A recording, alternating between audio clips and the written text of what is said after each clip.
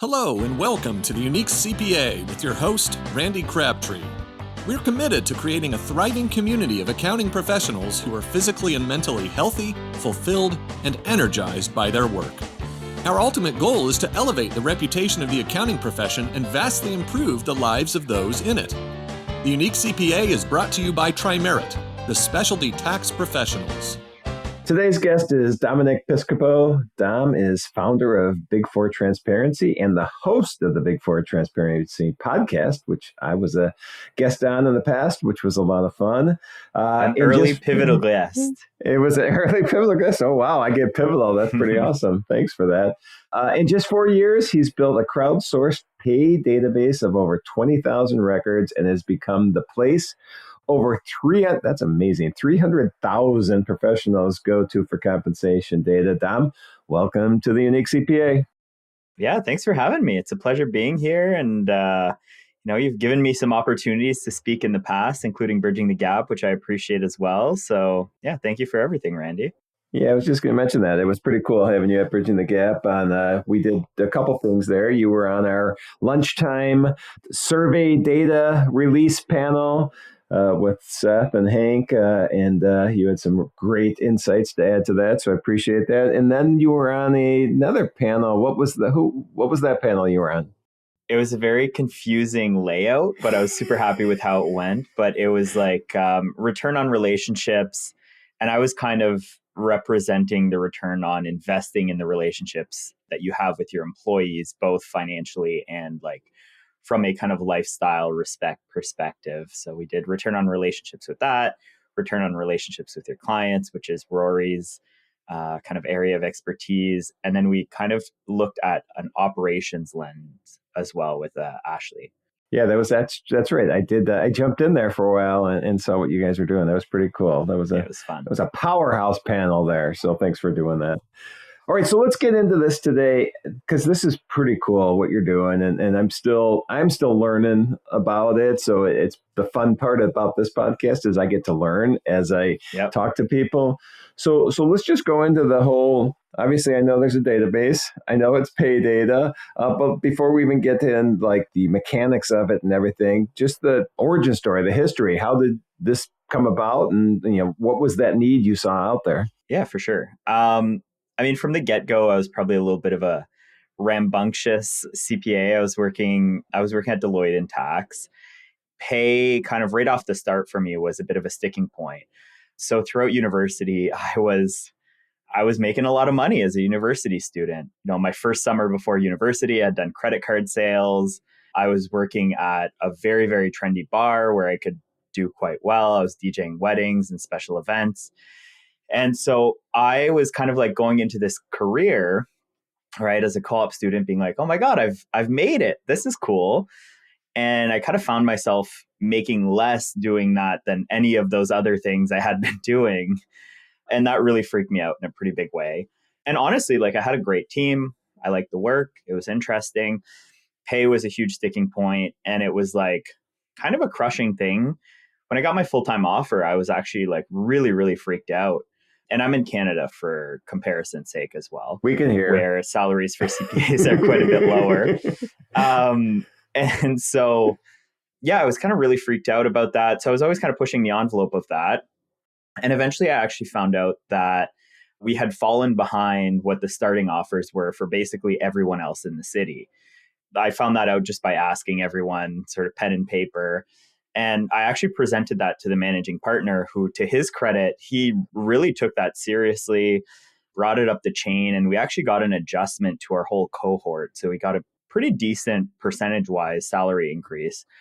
And I kind of realized like, hey, like comp information and advocating for yourself and, just knowing what's out there is super important. And I was at one of the places like where they're the most on top of that, right? Like the big firms with the big resources, they have people who are kind of monitoring that. And I was like, it still kind of fell through the cracks. And it wasn't even an intentional thing. Like as soon as they realized we were under market, they were like, oh my God, we need to address this. Wow. Which again, like a huge shout out to the partner in question for being open-minded and not taking that's cool. the wrong way and actually having a real discussion about it. And so that was always in the back of my mind. So I stayed at Deloitte for a couple of years. And then after I left, I was working as a controller for a small startup with actually quite a famous entrepreneur where I'm from. And the job was not for me at all. But I started getting kind of inspired and really interested into the world of entrepreneurship. The no-code movement was picking up at the time, which is like the ability to build all these kind of tools and websites as a non-technical person. So I was kind of just looking at like, what can I build that people actually kind of need or will want? Because a huge issue is people build these exceptionally cool things and they just kind of launch them into the void and then they never get used. So I was like, okay, no business plan, but I just want to build something people are going to use. And on Reddit, I was always seeing these discussions, Reddit and Fishbowl, of like, hey, am I underpaid? And there would be a bunch of responses that like weren't necessarily one-to-one comparable. And then those discussions would just disappear, right? And it would be the next day, there'd be a new thread of like, hey, am I underpaid? And so it's like, this seems like something we should really just centralize. And instead of having all these one-off discussions, why don't we put it all into a database? And so I built that. It was kind of just a weekend project. And it got some pretty decent traction right off the bat from people on those platforms. And then ultimately what kind of really, really, really kicked things off was a month or two in, some people had tried to access it from their networks at work and found that the website was blocked. So some people kind of like shared that was the case. And that seems to have kicked off a real nerve and like, you know, a sense of like us versus them, which is never actually what I wanted out of this website. I just was like, let's build a cool tool. But that fueled this like urgency of like, we need to do something about this. And so that really blew it up. And it was at a point after that happened, like I'd log into the spreadsheet, there'd be like 80, 100 people concurrently in this spreadsheet looking at data. And I was like, wow, okay, we have something here. And for about a year and a half after that, maybe 2 years, I just kind of maintained this as like a community tool, free access. There was no means of monetization. I had literally no idea what to do about it as a business either. And then, you know, there's a critical mass reached and there was enough people coming to the site that I was like, okay, let's try a couple things. So there was a job board, which I eventually killed off, newsletter. And then I started having firms reaching out to me asking like, hey, can we download this? Are there ways that we can manipulate the data that might be more effective? And so that was kind of the obvious signal to me that I should start building some tools around this. And so, yeah, we started off with a very small firm out of Quebec, was my first client ever. Brandon Hall, whose firm later came on as an investor, was an early supporter of this. And then like my third or fourth client ever was one of the big four. Wow, that's a pretty good get. Yeah. And so when I onboarded the big four, I was like, whoa, like this has now become a real business. I have to pay obscene insurance premiums to get this crazy business insurance to be able to work with this big of a firm at their request. And I was like, well, I'm already paying this much for this crazy business insurance. Let's try and keep this ball rolling. Let's like, you know, like, now I have kind of the structure in place. And so since then, I've been working on it. In September of 2024, I was actually able to leave my job. I did a very small fundraise to kind of help support me, bridge that gap of where I needed to be financially to work on this full time. And yeah, haven't really looked back since. And then we launched the podcast just because I realized I wasn't connected to people in the community. And I was in the kind of big four silo for sure when I was there. These big firms have so many resources and they're exceptional that you basically don't ever look outside of what they're feeding you. Right. And so you really lack the broader understanding of the industry. And so the podcast helped me kind of understand like, oh, this is actually what's going on in accounting. So yeah, that's been my journey so far. Yeah, and the podcast, since you're bringing that up, that you've had a lot of really good guests. I'm not saying that just because I was on it, but every time I see it, another post out there, it's like, wow, so you've really ingrained yourself into this community outside of the big four where you were siloed. Are there episodes that really, you know, helped you, I guess, with this business that really fueled the growth, the passion, or just memorable episodes you had? Yeah, I mean, there's definitely a few. So, I mean, Brandon Hall, initially, he was a client and I brought him onto the pod as an early guest. And that one helped me get a lot of traction because he's a pretty big name and like people really like to hear what he's got to say. And that kind of started this ladder of like, when you ask someone to be on your podcast, I'm sure you get requests all the time. It's kind of like, oh, is this like a serious podcast? Like, is this going to get listened to 3 times or whatever? And so it'd be like, hey, we've had guests like Brandon Hall. And then later it becomes, we've had Randy Crabtree, we've had Frank Longobardi, and you can kind of keep booking exceptional guests because you've had these exceptional guests. And it's like a proof of concept that like it's worth your time to come on this podcast. So that was really helpful. The episode I did with you was super helpful, genuinely, because I feel like it kind of unlocked this world for me of like, I didn't know all the things you had going on. I didn't know all the things like, Seth Feinberg had going on. And it was kind of like, oh, you're in this little bubble now, and you can kind of like be more meaningfully connected to these people and get involved in the things that they've got going on as well. Those were big ones. And then there's a few that like really opened my mind to firms and like how actually interesting that is as like a business model. Like I say this sometimes, I could see a next chapter for me being to start a firm one day. But like I had a couple of people that I managed to catch in the first like 3 months of starting their new firms and talk to them all about that. That was really, really cool, actually. And I found really interesting. And then expanding the horizons even beyond like, you don't just need to do accounting. So I had Craig House on, who does accounting plus like wealth advisory. Right. Then I spoke with Rory and like an increasing number in that space. And you're like, oh, like accounting can actually even just like can be a wedge into other business opportunities as well. And so it's been really cool. A lot of these episodes, I learn a significant amount of things about accounting. Nice. Well, let's go back into Big Four transparency, because I've got a lot of questions about that. It's crowdsourced. Yep. So the data you get, where you get the data, and then what data do you collect? I'm guessing there's multiple things that you ask about, right? Yeah, it's a ton of things. Yeah, so the way I built the flow of submissions, it's like completely anonymous, right? The test was if someone gave me $1 million to hunt down who put something into this, would I be able to find them? And I wanted the answer to be no. So there's like a whole cycle that like removes the trace of the Google account of who put it in, and everything gets like registered under my Google account basically, and then is submitted to this. And basically I've changed this a little bit. At the beginning, it was just like, go to the website, here's a link to the spreadsheet. Now I go to the website, you can kind of view it a certain way, but if you want like the full view access, you need to make a submission. So we collect the data that way, is like just from having all of this data, people want to see it in their chosen format versus just the like built-in search functionality on the site.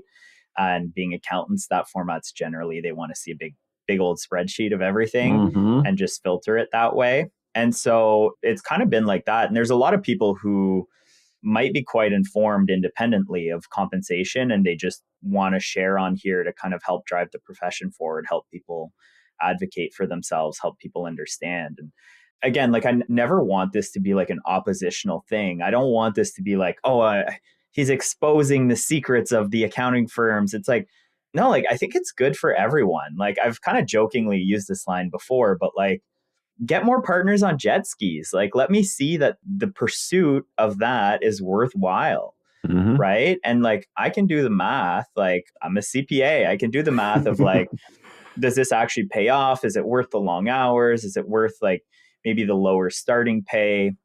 Is it worth it? And so I think having clarity on this stuff actually only benefits literally everyone on all sides of this. So yeah, I agree. So the transparency aspect of the name and what you were just saying, I think we are so bad as a profession of showing what it means to be a partner, not just from the work side of things, but from the pay, because the pay can be very large. Yeah. And I don't think most people understand that. I mean, we're not talking, you probably know better than me, but in larger firms, having pay over $1 million a year is not, unheard of, and it's probably common in a lot of places. So yeah, it's absolutely possible for sure.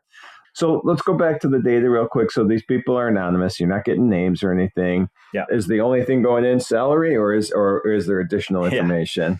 So that's evolved over time as well. But yeah, no, there's a lot of fields. Like we try to be quite selective and make sure it won't take you more than 2.5 minutes to fill this thing out, because otherwise there's a pretty big drop off rate.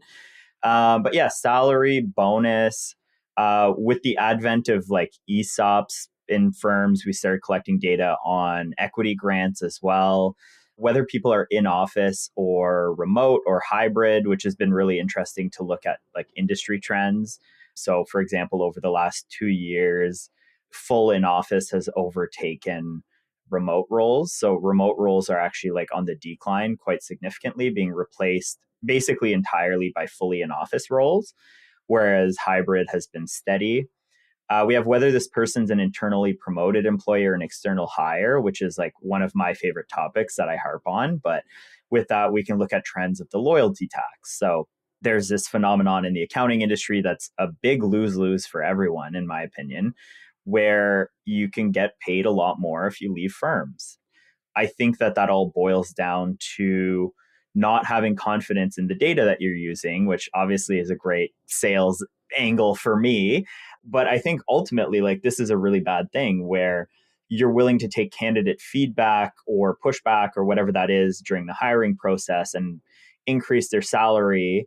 But then what happens is they're going to become very dissatisfied over the next 2 to 3 years as you try to bring them back into salary band, and they get really bad raises over the next little bit. Other employees who are working at your firm who've been loyal employees are probably going to find out about that and be upset about it. This all comes from, you're adjusting salaries as part of the hiring process, but you're not keeping up with market salaries internally.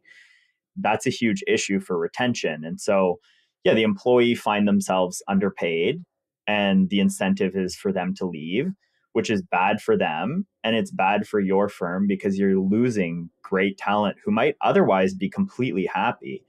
And these aren't like small spreads, like it's like 10.5% for a first year manager or something like that. And at a certain point, you're like, hey, like, at the stage of life you're at as a manager, it's like, maybe I'm looking at buying a house, maybe I'm looking at getting married, maybe I'm looking at this or that. And like, hey, like an extra 15 grand a year in my pocket, like, I might be willing to just leave this place that I otherwise love for that. And then in the process, firms are bleeding money through recruiter fees. They're losing money through training. And I think training and the cost of change, I think, is probably just increasing because tech is playing a much larger role in firms. So when you change from one tech stack to the other, it's not just that you're filling out the same form in both places. It's like, no, there's a whole process flow you got to learn. You have to get used to that. And so I think the whole industry would benefit a lot from, more confidence in your numbers and kind of reducing that loyalty tax. But the trend is that it's actually just been increasing. Has it really? Yeah. I mean, because I've talked about this before, but we don't have much turnover in our organization. Yeah. And I don't know if we, specifically do what you're saying, just make sure that the salaries are in range. I think it comes down to the culture aspect of things as well. Yeah. But the positive aspect of it is that the cost of turnover is outrageous. And it's huge, yeah.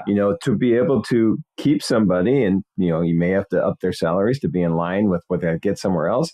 But if they're happy there and that's the only reason they're leaving, there's no reason. The cost to you as an employer is going to be a lot less than replacing that person. So getting that in line, that alone, I'm subscribing today. Get the subscription code. I'm going there. Perfect. Yeah. I mean, and we've spoken in the past, right? Like your firm's a little bit different where it's like, well, I can support you on the accounting side, but you hire a lot of non-accountants, which is a little bit tricky because again, that's the beauty and the drawback of being like such a niche offering is like, I want to know what to pay like my salespeople. And like, that's something we might work on in the future, but like, I want to be exceptional at the accounting part of it. Yes. And so we've really prioritized that. So let's go, and I'm glad you brought up that loyalty tax because that is a big deal. And if you can solve that, and if you can fix that for firms, that'll be huge. Yeah. But let's go back into now. We got the data from the employees. Yeah. One question on that because it is all anonymous. How do you verify the accuracy of what's being put in? Yeah, there's kind of like that's where I talk about the critical mass of data, right? Is like. Yep. You need a lot of data to be able to trust crowdsourced entries. And once you have a very large corpus of data, it's possible to and we do this before we push any of the data to firms, but we subject it to statistical analysis. Anything that's like beyond a certain range in terms of being an outlier, we'll remove. And, we try to explain the outliers. Like, for example, like for tax, like people with a JD are their own category. Okay. Because you'll have like a tax analyst making 115,000 and you're like, I don't know about that. And then every time you look, they have a JD and you're like, oh, okay, that makes sense. And so, right, once you have enough data, you can actually do quite in-depth analysis on it to validate it. And most people are truthful just on account of like, you can look at this data without making a submission. I think that's a huge mistake some of these crowdsourced platforms make, is that they'll like unlock this by making a submission. And it's like, well, I'm just going to punch in whatever. Mm-hmm. So for us, like there is an opt-out where you don't have to share your data. And so that's a huge help already. And then because we have so much data, we're able to kind of go through and be like, okay, this one like doesn't really make sense. Whether it's real or not, it's not going to be helpful to people to look at this. So we're going to remove it. Things like that. And then a lot of work goes into like standardizing everything as well. Because we wanted this to be inclusive to people at smaller firms or like smaller communities and things like that. And so you can't just have a drop down of like, what's your firm name? Right. And so like, you'll get KPMG LLP, KPMG tax group, and you have to standardize all of that to keep the data searchable. So definitely a lot of work goes into like maintaining this database for it to continue to be usable and helpful. But yeah, once you have enough data, you can really subject it to analysis and remove Makes sense. Makes data points. Yeah. Okay. And so the people that are putting their data in, there's no fee to them to do this, right? No. Okay. No. So everything's free from a user perspective. And that to me kind of feels like my duty back to the community, right? Is like without the accountants who are willing to share to build up this database. And it's like, I'm like, this will be whatever we make it to be. Without that, there's nothing. And so I think like when I mentioned I had done a fundraise last year, some people were kind of like, oh, you just paywall this and then like this will be a huge revenue generator. And I was like, I can't do that. And like that was kind of the end of the discussion. Mm-hmm. They were like, well, we'd be interested in investing if you're willing to do that. And I was like, well, that's okay. On to the next. Because that's like a hard stop for me because it's like, yeah, I kind of owe it to the community to help them. I've just facilitated this. Like I'm not the only reason this exists. It's very much a community effort. Yep. Okay. So, but you are doing this as a living now. So there has to be revenue somewhere. How does that end of things work? I assume firms subscribe to the data. Give us more information on that. Yeah. I mean, so there is an advertising element on the newsletter. We have about 7,500 readers. The podcast has sponsors as well, most of the time, not all the time, but we try to. Well, look at you. I haven't had a sponsor. Well, Trey Merritt's the sponsor of this podcast, but well, that's pretty cool. All right. Sorry, I've had some really great recurring, super supportive sponsors, which has been awesome. And then in terms of monetization through the data and through the platform, you can open this spreadsheet and then we have this thing called temporary filters that you can do to access like the information you're looking at. But like you can't generate a report or you can't like download the data and do like super in-depth analytics of your own, which is essentially what I share on the newsletter. Like I'll do the analytics for the people and I'll share it that way. But like you have limited access on that front. And that's kind of a paid subscription for firms.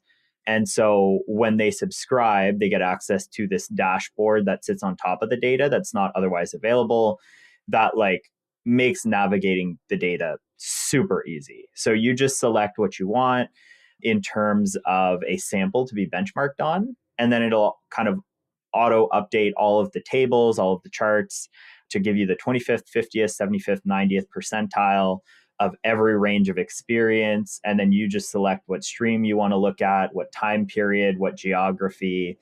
And then it'll basically do the work for you of setting up your broad salary ranges. And then from there, you can go, okay, now give me first years of each level. Now give me second year. Now give me third year of each level. And it makes it a lot easier. So if I'm an individual and I'm like, hey, I'm in Parsippany, New Jersey, and I want to understand what I should be paid, the temporary filters are enough because you can then go in and look. But if you're like, hey, I'm a firm and I want to understand what's going on in the market, it's going to be challenging, intentionally so. And so these tools help. You also get access to the raw data in a downloadable format, so you can do your own kind of in-depth analysis on it. And then there's the talent pool. So because so many accountants come to the site, we're kind of like, I've hated the recruitment process in my experience. Like, it just feels like recruiters calling me, trying to convince me that I'll never do better than this role they're offering that's like not at all what I'm looking for and maybe has terrible compensation. So I kind of flipped that model on its head. I said, why don't we just fill out this other spreadsheet? Basically, it's an intake form and it just says like, what would you be willing to leave your job for, essentially? And they fill in a bunch of fields, takes about a minute. And I have about 450 candidates in there as well. And we basically cross-search that against opportunities with the firms that we're working with. And we will only contact the person if we have a match. So if we have something that matches all of the criteria they've put in, and then we'll charge a 6% placement fee if the hire is successful. So that's also kind of a part of how we monetize this as well. So like when the PwC layoffs happened, there were a ton of people coming to the website for that. And we were able to make some good introductions on that front. A lot of them didn't necessarily result in a hire, but the whole point of this is like no obligations deal flow, and you'll only pay if it works. Right. So that's part of it as well. Yeah. Nice. All right. So then obviously there's going to be more benefits out there than I've already asked you about. So what else are you seeing? Are there things that you're seeing this type of data help out there in the field? Yeah. Well, so one of the biggest things about wiping out that information asymmetry, where historically these kind of HR tools have only been accessible on the employer side, right? But because employers can access this and the employees are already accessing, some version of it with the same data you're looking at, there can be a lot more alignment of expectations, which I think can lead to much better discussions when it comes to performance evaluations and compensation time. So I've actually written about this, but like to me in the past, compensation discussions have usually just been like an upsetting thing by all accounts, where here's what we're giving you, and it's just kind of like in a vacuum. And I'm like, well, I'm not happy about that number. And it just kind of like ends there, where it's like, I'm not happy about it. They're worried that I'm going to leave. Versus if that discussion can take a different shape of like, hey, here's what we're offering you. We've done the homework. This is at the 75th percentile. Then the discussion becomes, if someone's not happy about it, okay, but I think I'm a 99th percentile employee. Like, let's talk about that, right? Like, yep. There might be this disconnect in how I view my performance and how you view it. Is there something that I'm not communicating properly to you? Are there weaknesses in what I'm bringing to the table that I should be working on between now and the next time we revisit my compensation that might get me to that point I want to be? Or again, like, here's what we're offering you that finds you roughly at the 50th percentile or the 40th percentile. And then it's like, if the conversation just ends at the number, you might not be uncovering certain things. Whereas if it's like, hey, here's how we're benchmarking you, it's around the 40th percentile. It's like, okay, like that's not where I want to be. Are there things, again, I need to be working on? Is this a company performance issue? Are there things that I can spend time on that might be a bigger driver of value to the company and can justify me moving up that scale? But there needs to be that mutual trust and understanding of like, this is actually where you stand in the order of things, of like relevant samples of salaries to you. And I think that can drive much better, much more productive discussions rather than, here's your number, I'm not happy about this, I might leave, and that's it, right? Yeah. So. All right. So at the beginning, we did talk about the panel we had at lunchtime at Bridging the Gap, where we were sharing data that we've collected, but you had some amazing data that you were able to share. Do you actually do a survey to collect that, or is that data you're collecting already through this process of crowdsourcing? Yeah, so pretty much everything is based off of what I'm already collecting on crowdsourcing. And sometimes you need that kind of inspiration or like this spin on what you've collected to, result that in being like an actual finding, right? So again, the loyalty tax stuff took a bit of digging, but I was kind of like, as I was going through the data, I just noticed like these external promotions seem to be making more, which is kind of odd. Or like they seem to be an outlier when compared to the overall population. But then amongst themselves, they're all consistently high. And that's where you can kind of find these conclusions essentially from digging a little bit deeper in the data. So I actually this morning just had something come to me that I was like, oh, I'm going to look at. And that is the industry pay bump dead. So when I left the accounting firm I was at for an industry role, I got like a 40-ish% increase in salary at the time. But public accounting salaries have moved up pretty massively in the interim. And I feel like industry salaries have maybe stagnated. So we collect a little bit of data on industry roles as well for accountants. And so you can kind of cross-reference those and come to those sort of findings of like, oh, interesting. Yeah, you used to be able to jump as a senior to industry for 40% pay bump. That's actually maybe now 15%. And like it actually makes a lot more sense now to stick it out in public accounting and things like that, right? And so that's what's really nice about collecting like a wide array of data. And as things change, you start collecting new fields. So we had a client come on who specifically recommended that we should start collecting data on billable hour targets for the year. Because they're like, well, we feel like we're really good on this front, but we're not 100% sure. And our compensation philosophy is we're going to pay maybe around the 50th percentile. Like we're not going to be excessively competitive on pay, but we're pretty sure that we put much lower demands on employees. But we need the data to be able to kind of like hypothesize that or like to like prove that out properly, right? And so again, that's what's nice about having very rich data is that you can kind of go in and sample these. I have done a couple like one-off survey polls on the newsletter, but it's like, it's kind of tough to find like strong conclusions if you have like 100 responses or whatever that might be. Right. So what's nice is when you're on an ongoing basis collecting all these fields, at face value, it might not seem like there's that much you can do, but I've actually done probably like 25 deep dives on this of like, what's going on, right? Or like as fields maybe even take shape, like as all these private equity deals are happening, I might have a before and after picture of the firm who did the private equity deal. And I can go, did salaries move up considerably? Did bonuses change? Did the hours work change? Did job satisfaction change? Right. And so you can kind of create these things. And that's where like the podcast has been super valuable too, is like idea generation, because someone will throw out this theory when I'm talking to them. Be like, private equity is bad because, and I'm like, like, I wonder if that's true. And I've done the analysis, for example, on private equity, and it's like, the numbers are actually really not that bad. Like the hours are like, I think it was like 2% higher. The job satisfaction was like 2% lower, but like the pay increased at a higher rate at most levels. So it's like, this might actually like be a much more nuanced story than we think. So it's basically, as people throw out these kind of claims or theories, it's really fun to then just be like, oh, I'm going to make that a newsletter topic and I'm going to actually do the deep dive on the data that we collect. And every once in a while, there's going to be a super interesting theory thrown out that I maybe don't have the field for. And so that sometimes is where you go like, maybe I'll start collecting this data point.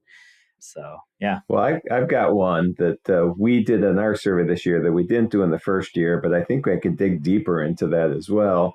And that's on having a niche practice.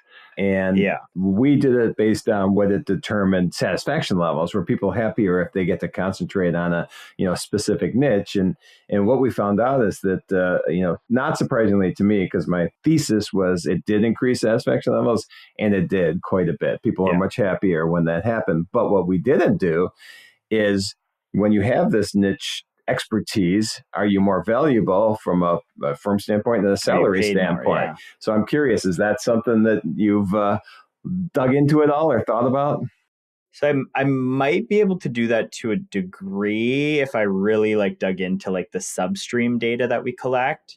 It would be like a difficult analysis to run, or if there were enough firms that I knew that like this firm will have employees in a niche area specifically versus this firm doesn't. Like Brandon Hall, that would be. Yeah, so I could split it up that way and just basically be like, these are all of the firms in the real estate space. Right. Are people on average making more money there? Are they happier? Are they working more or less? That's something I could do for sure. And that's the thing is like, there's a million ways to chop this up, right? It's not obvious on just on its face, but you can dig really, really deep and find these things. So interesting thing. That would be tricky to pull off, but I might see if I can dig into that a little bit. Nice. Yeah. Well, that was my, I had talked about that for a while, just assuming that was a satisfaction creator, and it appears it is. And now I'm curious about, I've always talked about if you do have this net expertise, your knowledge shows through, your passion shows through, your probably rate of charging your fees, whether it's hopefully value-based or something, is going to be greater. And everybody that I know that's run a niche practice said that they, Josh Lance, who I think I've talked about in the show before, he would tell me he could charge 3 to 4 times what someone else would charge because he just dealt with a niche and they were such great experts at it. People saw the value in that. So yeah, for sure. That's always my theory. From what you've shared and like my own knowledge from speaking with people, I would definitely be inclined to agree. So yeah. All right. Well, we are about out of time. And so before I ask you a couple final questions, in fact, no, I'm going to wait on that. So first, I'm going to ask you a question everybody gets. And I know one of your answers should be that you are very happily newly married, which I know is the case. Yes, I know you're married. I'm sure it's very happily. And that was just last month, was it? Yeah, it was basically a month ago from now when we're recording. Well, congrats. And then so the question, though, is when you're not gathering all this data, analyzing and helping firms and employees, what's your outside of work passions? What do you love doing? Yeah, I mean, I definitely like connecting with people in one way or another is huge for me. Like, whether that's golfing with friends or something, it's more about the kind of connection than it is the activity. Like I'm a very okay golf, like I'm not great. And a lot of these things, or just going to a patio or something, fitness is super important to me. I took a pretty big hit during COVID, but like finding room for that, I think like amplifies every aspect of my life. And when I'm doing these things, if I am alone and not connecting with people, I still kind of get some of that element through podcasts a lot. We've spoken about this a bit, but like, I owe a lot of things in my life to podcasting, and it's something I like genuinely really enjoy. And so you can kind of find this circle of people that you maybe don't have direct access to, but like the podcast can kind of be a proxy to it. So like a lot of my interest in entrepreneurship was very much fueled by podcasts in that space and people that I can learn from. And so I'm very curious, and I think I am very much an audio-based learner. So I spend a lot of my time doing that. So yeah, those are kind of the main things. I like to do a little bit of this and that. Last night I got back into hockey for, it was like my 3rd game in 10 years. I'm hoping to get more into that again. Nice. Reopen that door. But yeah, just exploring things with people and activities that make you happy for sure. Nice. And then I want to close with 2 things. One, we're going to ask for contact information, how people get a hold of you or look at this data or put in their data. Yep. And that's what I want to ask first. What would be your call to action to people? I mean, I'm assuming, hey, go in and fill out the information. Yeah, absolutely. This is, again, it's a tool that is what we make of it. And so I always ask, like, if you're willing to, if you're comfortable sharing your salary data as well as a couple other things on job satisfaction, all that, it helps us find a lot of very interesting trends in the industry that I hope can help transform it. But it also help the next person who's in a similar role as you advocate for themselves, plan their career, figure out if this makes sense for them. And so I think that, again, like the more people share, the better this resource becomes for literally everyone involved in the process. So that would be greatly appreciated. And again, if you don't know what's out there as much, I would highly encourage you to go check that out. Maybe you're worth a lot more than you think, financially speaking. That actually happens pretty frequently with candidates in the pool. Someone will be like, hey, I'm looking for this. And I was like, do I have some good news for you, actually? Because if this is your expectations, I think, first of all, you need to never tell that number to anyone, and you need to spend some time in the data. So again, go get informed, free to do, free to use. So yeah, check it out. And where is that at? big4transparency.com. Yeah. Got it. And if they want to connect with you or see what you're doing, a podcast or personally, what's the best places to look? Yeah, I mean, LinkedIn's a great place. I'm very, very active there. I try to always answer kind of any messages I get on there as well. So Dominic Piscopo on LinkedIn. I also share clips from the podcast. And so that's a good way of like, if you're kind of limited on time, like I know some people that just every week they'll listen to the episode the day it comes out. That's awesome. But for a lot of people, it'll be like, hey, 1 out of 6 podcasts are great for you. So if you're connected to me on LinkedIn, you'll see all the clips. And if something kind of, grabs your attention or is more relatable to you than some of the other episodes, maybe that's something you can get a lot of value out of. So LinkedIn's a good place. Yeah. Well, great. Well, Dominic, it was great to have you on. I'm very intrigued by what you're doing. I think it's great. And I think I might need to have to go on and put my data in there. So perfect. So go check out what Randy makes. Wait, my name's not on there. No. But I mean, yeah. Perfect. Right. Thank you so much. Well, thanks for being here. Thanks everybody for listening today. Thank you for joining us today on the Unique CPA. You can find the show notes for today's episode and learn more about TriMerit at theuniquecpa.com. Remember to subscribe and leave a 5-star rating on your favorite podcasting app. And join us next time for more expertise and insights on the Unique CPA. Professionalproductions.net